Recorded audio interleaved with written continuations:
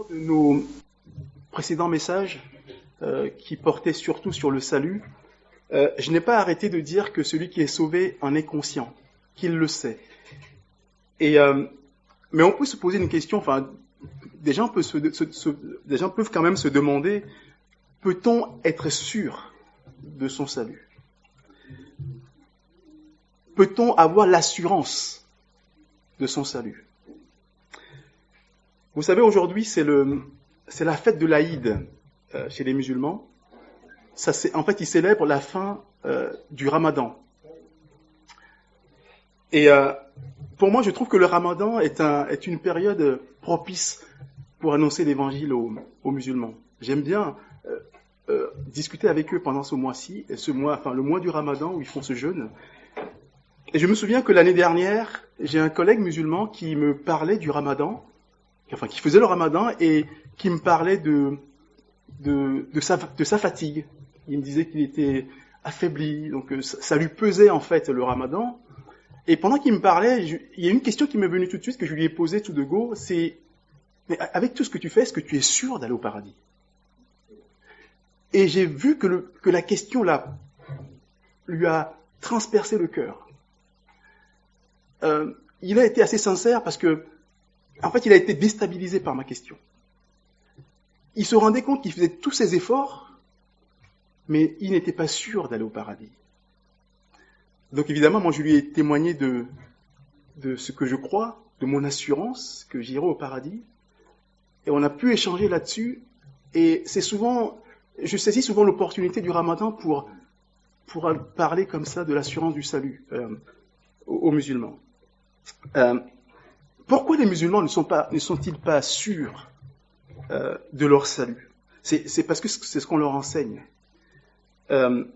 Celui qu'ils considèrent eux-mêmes comme étant leur prophète, Muhammad, il a dit qu'il ne savait pas ce qu'on allait faire de lui, ni de ceux qui le suivraient. En effet, dans la sourate 46, verset 9 du Coran, il dit ceci: « Je ne sais pas ce que l'on me fera, ni à vous. » En fait, il parlait à ceux qui le suivaient, il dit « Je ne sais pas où je vais en fait. Je n'en suis pas sûr. » Et plus loin, dans un autre verset, le verset 9 de la sourate, le verset 56 de la sourate 24, il est écrit « Établissez l'office et acquittez l'impôt et obéissez aux messagers, peut-être vous sera-t-il fait miséricorde. » Ce peut-être est terrible pour les musulmans. C'est-à-dire qu'ils ont beau tout faire, toutes les prières, le ramadan, le pèlerinage à la Mecque, les aumônes, c'est peut-être que Dieu leur fera miséricorde. Et plus quelqu'un est musulman, plus il est sincère, plus il est angoissé. Il se rend compte que vraiment tout ça, même avec tout ça, je ne suis pas sûr d'y aller. Même notre prophète n'est pas sûr. C'est une terrible angoisse qu'ils vivent. Et il n'y a pas que En fait, il faut savoir que toutes les religions sont dans cette situation. Le christianisme véritable est la seule religion qui assure, qui proclame l'assurance du salut. Et d'ailleurs, même les catholiques, par exemple, moi, quand j'annonce l'évangile aux catholiques, je ne m'appuie que là-dessus, sur l'assurance du salut. Que ce soit les musulmans ou les catholiques, je ne fais pas de débat théologique, mais je ne parle que d'une chose, c'est l'assurance du salut. Chez les catholiques, c'est pareil. Ils n'ont pas cette assurance du salut, et parce que l'Église catholique romaine dit ceci, et cela a été clairement appuyé pendant le concile de Trente au XVIe siècle. Dans les actes de ce concile, session 6, chapitre 9, il est écrit ceci: « Nul ne peut savoir de façon certaine et infaillible qu'il a obtenu la grâce de Dieu. » Ça, c'est ce qui est enseigné dans l'Église catholique. On ne peut pas savoir si on a reçu ou pas la grâce de Dieu. Donc on vit dans l'incertitude. Nous allons voir ce que dit la Bible sur le sujet. Et je vous propose un petit passage qui paraît anodin, mais qui répond à notre question. C'est dans la première lettre de Paul aux Corinthiens, chapitre 15. Je vais lire les 2 premiers versets. où Paul écrit ceci: « Je vous rappelle, frères, l'évangile que je vous ai annoncé, que vous avez reçu, dans lequel vous avez persévéré et par lequel vous êtes sauvés, si vous le retenez tel que je vous l'ai enseigné. Autrement, vous auriez cru en vain. » En fait, Paul expose ici 3 conditions. L'évangile doit être annoncé. Deuxièmement, il faut que l'évangile soit reçu. Et troisièmement, il faut qu'on y persévère. Ces 3 conditions pour être sauvé. Et surtout, il dit, par lequel vous êtes sauvés. Il ne dit pas vous serez sauvés, ou même pas vous serez peut-être sauvés, ou éventuellement sauvés, ou probablement sauvés, possiblement sauvés. Il ne dit pas tout ça, il dit vous êtes sauvés. Il y a une certitude. Alors, quand on pose la question à des gens, amusez-vous à poser la question à des personnes sur leur salut. Posez la question à quelqu'un, es-tu sauvé? Qu'est-ce qu'on entend souvent? C'est plutôt, je ne sais pas. Ce serait présomptueux de le dire. On entend très souvent cela. On ne peut présager de rien. Je fais de mon mieux. Voilà les réponses qu'on entend. Alors, pour montrer un peu l'absurdité de cette réponse, ou de ces réponses, je vais prendre un exemple d'un condamné à mort qui est gracié, et puis qui est gracié et libéré. Et vous le voyez, vous lui dites, es-tu gracié? Et qu'il réponde, je ne sais pas. On ne peut présager de rien. Je fais de mon mieux. Vous trouverez bien cette situation loufoque ou insensée. Parce qu'en fait, un sauvé, c'est un condamné à mort. L'homme naturel qui a péché contre Dieu est condamné à mort a priori. Et lorsqu'on est sauvé, en fait, on est gracié. Et donc, si on me pose la question, es-tu gracié, libéré, et que je réponde, je ne sais pas. Ce serait présomptueux de le dire. Je fais de mon mieux. On ne peut présager de rien. Vous voyez que ça paraît quand même loufoque comme situation, complètement insensé. Je vais prendre un autre exemple pour illustrer mon propos, c'est le mariage. Pourquoi je parle du mariage? C'est parce que Paul parle du salut en termes de mariage ou de fiançailles. Prenez sa deuxième lettre aux Corinthiens, chapitre 11, verset 2. Il dit, « Car je suis jaloux de vous d'une jalousie de Dieu, parce que je vous ai fiancé à un seul époux, pour vous présenter à Christ comme une vierge pure. » Donc il parle du salut en termes de mariage, de fiançailles. Et qu'est-ce qui se passe en fait? C'est que c'est un mariage spirituel qui a lieu. Lorsqu'on est sauvé, on reçoit l'Esprit de Dieu pour faire une alliance de mariage.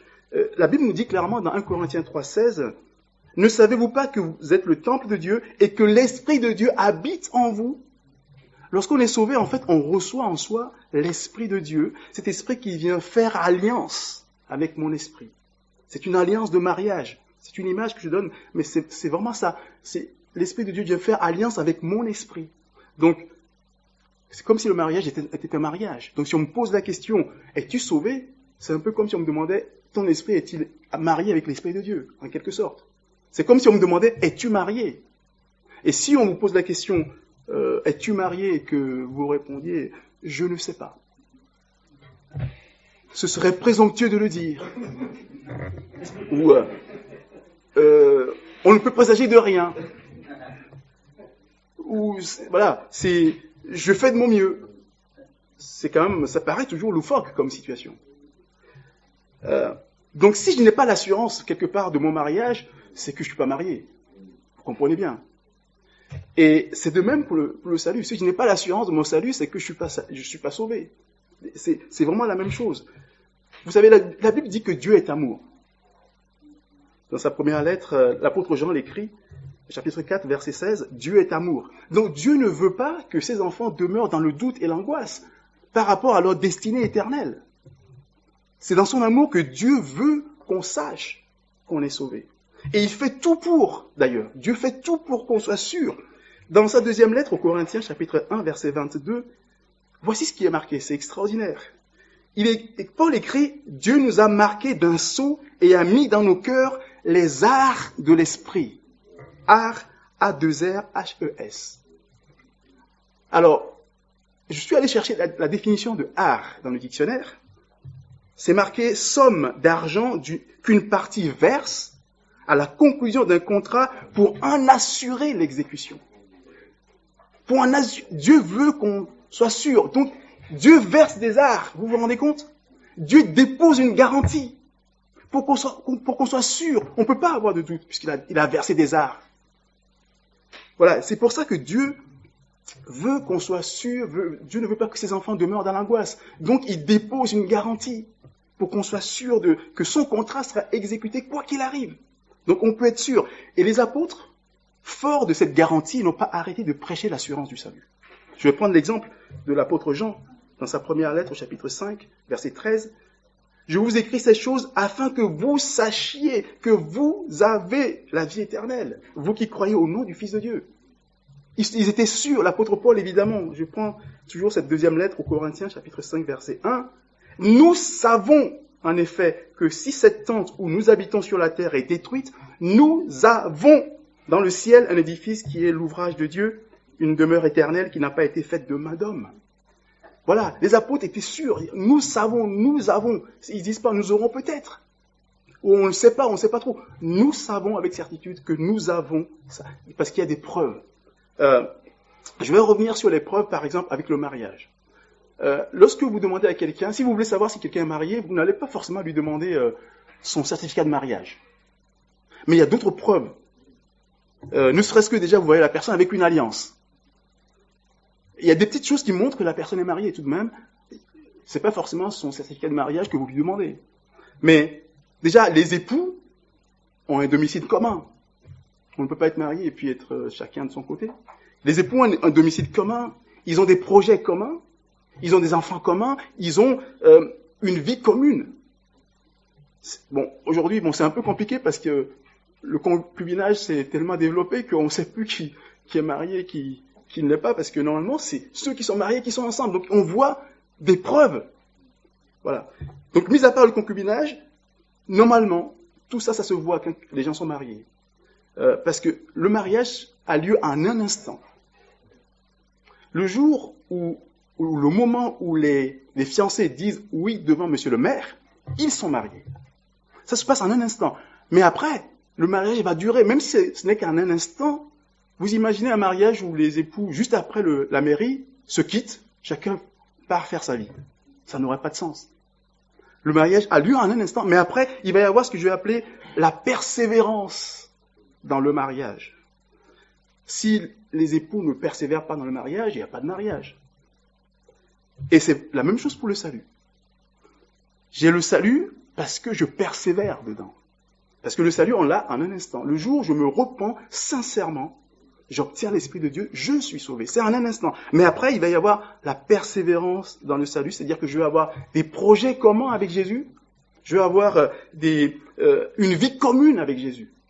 Ça, c'est des preuves qui vont montrer que celui-là, il s'est marié, son esprit est marié avec l'Esprit de Dieu, l'Esprit de Christ.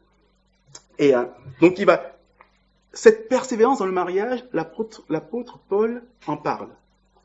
Dans ce que je vous ai lu tout à l'heure, je vous rappelle, frères, l'évangile que je vous ai annoncé, que vous avez reçu, dans lequel vous avez persévéré et par lequel vous êtes sauvés. C'est cette persévérance, cette troisième condition qui donne l'assurance du salut. Si je persévère dans l'évangile ou dans le salut, je suis sauvé. Et d'ailleurs, cette persévérance, c'est ce qu'on appelle la sanctification, qu'on ne peut avoir que si l'on est sauvé. On ne peut pas se sanctifier si on n'est pas sauvé avant. Donc c'est la conséquence du salut, la sanctification. Mais nous aurons la prochaine fois un développement sur le sujet de la sanctification. Il y a beaucoup à dire là-dessus. Je vous l'annonce juste pour la prochaine fois. On va vraiment parler en détail de la sanctification. Mais c'est cette capacité que Dieu donne lorsqu'on est sauvé de pouvoir vivre dans la pureté, dans la sainteté. Alors, je rappelle que c'est Dieu qui donne la capacité. C'est pas l'homme qui décide de se sanctifier, d'être meilleur. Ça ne marche pas tout seul. C'est Dieu qui donne la capacité, et j'aime ce texte que j'ai déjà cité dans Ézéchiel, chapitre 36, versets 26 et 27. Dieu dit, je vous donnerai un cœur nouveau. Je vous donnerai un cœur nouveau. Et je mettrai en vous un esprit nouveau. J'ôterai de votre corps le cœur de pierre, et je vous donnerai un cœur de chair. Je mettrai mon esprit en vous, et je ferai en sorte que vous suiviez mes commandements, et que vous observiez et pratiquiez mes lois. En fait, ce qui se passe là, pendant le salut, je vais dire que c'est une transplantation cardiaque. Dieu enlève le cœur de pierre pour mettre un cœur de chair. C'est vraiment ça. Je dirais même plus que c'est un miracle que Dieu opère pendant le salut. Vraiment, c'est un changement de nature qui a lieu. Et c'est vraiment un miracle. J'étais quelque chose avant et Dieu me transforme en autre chose. Il y a un changement de nature. Je vais vous donner une illustration. Vous connaissez tous le cochon. Il aime la boue. Il aime la saleté. C'est-à-dire que vous prenez le cochon, il trouve la boue, il se vautre dedans, et ça lui fait du bien. Il aime ça. Et c'est comme l'homme naturel qui aime le péché. Naturellement, le péché nous attire. On se vautre dedans, on est bien dedans. Vous prenez le chat. Le chat, si vous faites une éclaboussure de boue sur lui, qu'est-ce qu'il fait? Il se lèche, il fait rapidement sa toilette, il ne supporte pas ça. C'est sa nature. Que se passe-t-il pendant le salut? Dieu transforme le cochon en chat. C'est pour ça que je dis que c'est un miracle. Le cochon, vous le prenez, vous le lavez, vous le parfumez, vous le mettez sur votre canapé, il va y rester sans problème. Mais si vous le sortez et qu'il voit de la boue, il s'y vautre encore. Parce que c'est sa nature. Vous avez beau le laver, ça ne change pas sa nature. Voilà. Et alors que le chat, c'est sa nature, il ne supporte pas la saleté. Et Dieu, qu'est-ce qu'il fait? Il transforme le cochon en chat. C'est ça le miracle du salut. C'est un véritable miracle. Parce que Dieu Dieu change la nature de la personne. On devient une nouvelle créature, comme dit l'apôtre Paul dans sa lettre aux Corinthiens, deuxième lettre, chapitre 5, verset 17. Si quelqu'un est en Christ, il est une nouvelle créature. Dieu crée une nouvelle créature, fait créer une nouvelle nature à la personne. C'est ça le miracle. Donc si on me pose la question, es-tu un cochon ou un chat? Mais je sais quand même ce que je suis.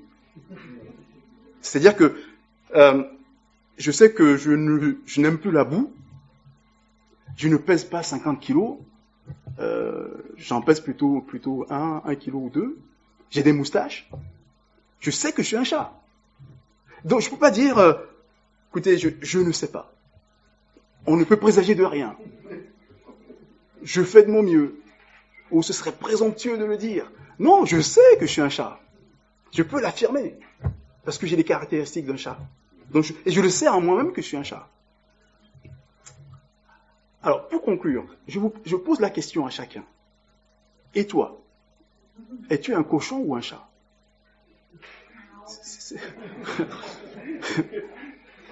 C'est ça la question. Voilà, quelqu'un qui a miaulé, ça veut dire que la personne exprime qu'elle est un chat. Ben oui, on doit le savoir ce qu'on est. On doit savoir ce qu'on est. Et c'est-à-dire, la question c'est, es-tu sauvé? C'est ça la vraie question. En es-tu sûr? As-tu l'assurance de ton salut? C'est ça la vraie question. Si tu n'as pas cette assurance-là, eh ben, je t'invite à une vraie démarche de conversion. Nous avons exposé récemment, pendant cette série-là, les précédentes séries de messages, le plan de Dieu, le plan du salut, qui est extrêmement simple. Nous avons vu à quel point il est simple, donc vous pouvez réécouter ces messages-là, parce que Dieu donne un salut sûr et certain, un salut véritable. Et si on suit le plan qu'il nous a proposé, ce plan si simple. Et si on fait avec engagement, avec sincérité, cet engagement dans la démarche de conversion, alors on obtient le salut véritable. C'est ça qui est important. Et bien entendu, lorsque Dieu donne ce salut, il donne avec l'assurance. L'assurance du salut va avec le salut. Et surtout, et là, qu'est-ce qu'on obtient quand on a cette assurance-là? On a la paix. La paix de Dieu. C'est ça qu'il faut s'assurer d'avoir. Est-ce que j'ai la paix de Dieu? Si en revanche, la réponse est oui, si tu es sûr de ton salut, alléluia. Gloire au Seigneur Jésus. C'est tout ce que nous pouvons dire. Continue donc de persévérer dans l'évangile et d'honorer notre Sauveur bien-aimé par la sanctification. Voilà. Sois encouragé dans ta marche avec le Seigneur. Et comme je le disais, la sanctification fera l'objet de notre prochain message.